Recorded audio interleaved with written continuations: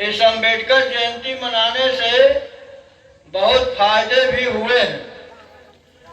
कम से कम पहले लोग नाम वगैरह रखने में भी कंजूसी करते थे। ठेकों कतवारू से लेकर के तमाम प्रकार के नाम रखते थे।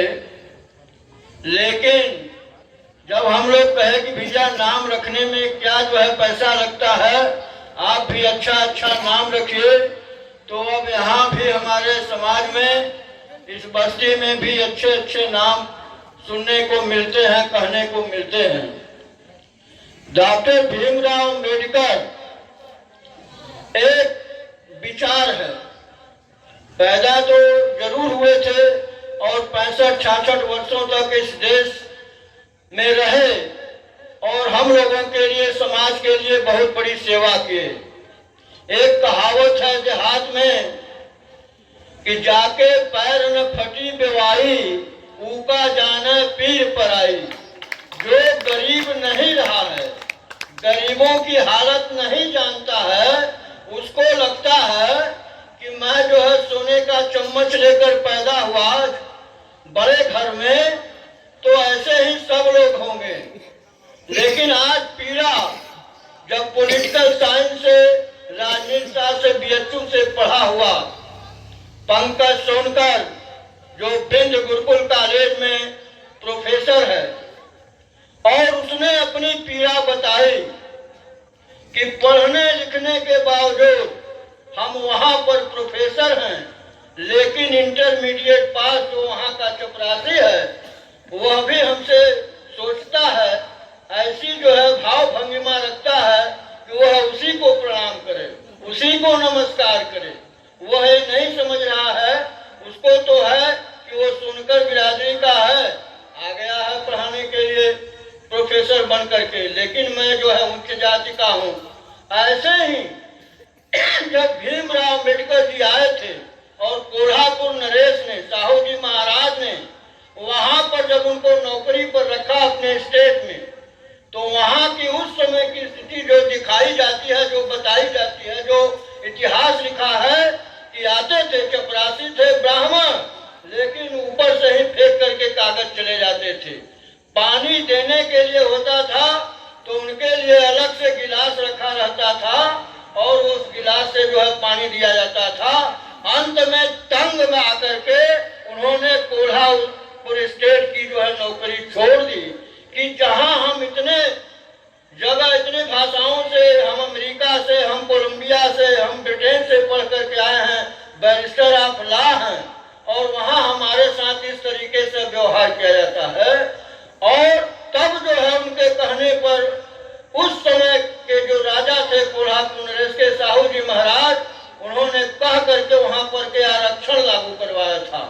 जब आरक्षण साहू जी महाराज ने लागू किया, तो वहां के ब्राह्मणों ने, जो वरिष्ठ थे, जो पढ़े लिखे थे, सारे समाज के लोगों ने उनका विरोध किया। तो उन्होंने कहा कि देखो, हम बताते हैं कि आरक्षण की आवश्यकता क्यों है।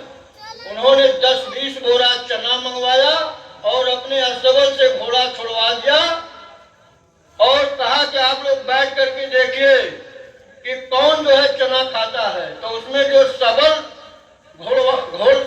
घोड़ा थे, वो जो कमजोर घोड़े होते थे, उनको मार करके खा जाते थे। तो कहें कि देखो, समाज है जरूर, हिंदू है जरूर, लेकिन उसमें भी भेदभाव है। एक ब्राह्मण के लड़के और एक हरिजन के लड़के में बहुत अंतर है। अगर हम उसको आरक्षण नहीं देंगे तो वह समाज में बराबरी नहीं कर सकता है, इसलिए आरक्षण की जरूरत पड़ी। और उस आरक्षण को अभी इतना ही नहीं, जो राजीव गांधी हैं, ये जो राहुल गांधी हैं, राजीव गांधी के लड़के, अब उनको समझ में आई है, जब 6000 किलोमीटर की पदयात्रा किए हैं, तो समाज की विषमता को उन्होंने देखा और उन्होंने कहा कि हम आरक्षण का दायरा बढ़ाएंगे, हम जाति जनगणना करवाएंगे, हम आर्थिक सर्वे करवाएंगे, यदि हमारी सरकार आती है तो। इसलिए और पहले भी जो आपको 1947 में जो डॉक्टर भीमराव अम्बेडकर संविधान बनाए, लड़ करके कांग्रेस के संविधान बना करके, जो आपको 18% SC को आज 50% जो है अनुसूचित जनजाति जो हमारे आदिवासी भाई हैं, और उसी संविधान में उन्होंने एक कलम लिख दिया था कि आप चाहें तो इनको जो है आरक्षण पिछड़ी जातियों को भी दे सकते हैं, तो जा करके 50% से ज्यादा न हो। इसलिए जो है वहां पर 27% बाद में मंडल आयोग की सिफारिशों को लागू डॉक्टर वीपी सिंह ने किया, जो हमारे प्रधानमंत्री थे, और तब जो है हम लोगों को मिला।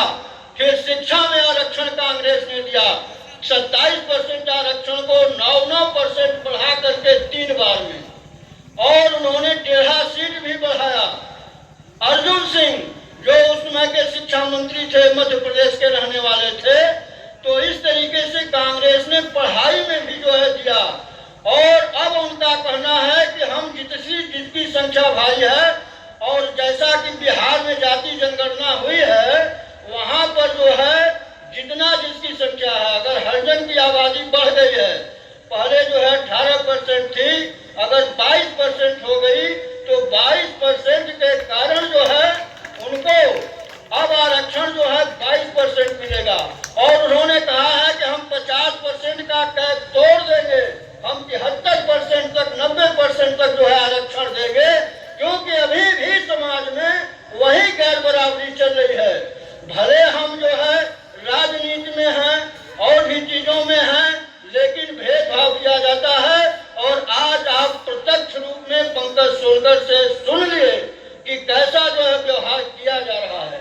ऐसे ही जो हमारे लोग सर्विस में हैं, अच्छे जगहों पर हैं, उनके साथ प्रताड़ना होती है। तो जो सर्विस क्लास के लोग हैं, जो हमारे जनप्रतिनिधि हैं, जो हमारे मंत्री हैं, दलित और पिछड़े समाज के, उनके साथ ऐसा व्यवहार किया जाता है।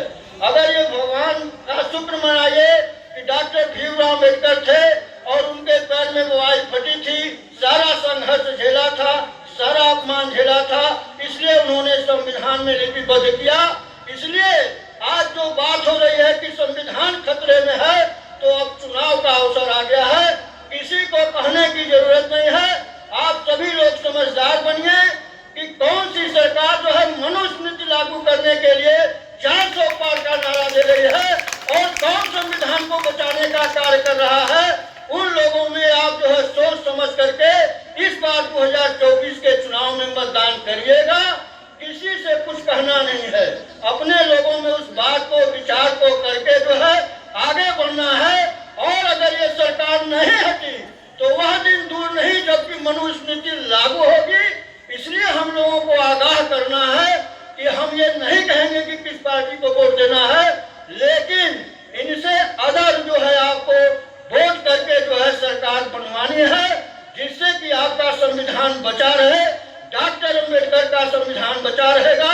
और जब ये संविधान बचा रहेगा तो हम लोग शिक्षित होकर, संगठित होकर के, संघर्ष करके अपने अधिकारों को जो है लेने का काम करेंगे। तो ज्यादा कुछ ना करते हुए आदमी समाज में ऐसा काम करके गया है। और मैं बार बार दोहराता हूँ कई मंचों से कि जब आदमी कोई काम करके जाता है, जब वो पैदा होता है बच्चा, तो रोते हुए पैदा होता है, लेकिन समाज के लिए अच्छा काम करके जाता है तो वो हंसते हुए जाता है, लेकिन जो है समाज उसके पीछे रोता हुआ चलता है। तो जहां में जब तू आया था सभी हंसते तू रोता था, बसरकर जिंदगी ऐसी सभी रोए तू हंसता जा। तो वो डॉक्टर अम्बेडकर थे। इसलिए मैं इसी बात पर अपनी बात को समाप्त कर रहा हूँ। जय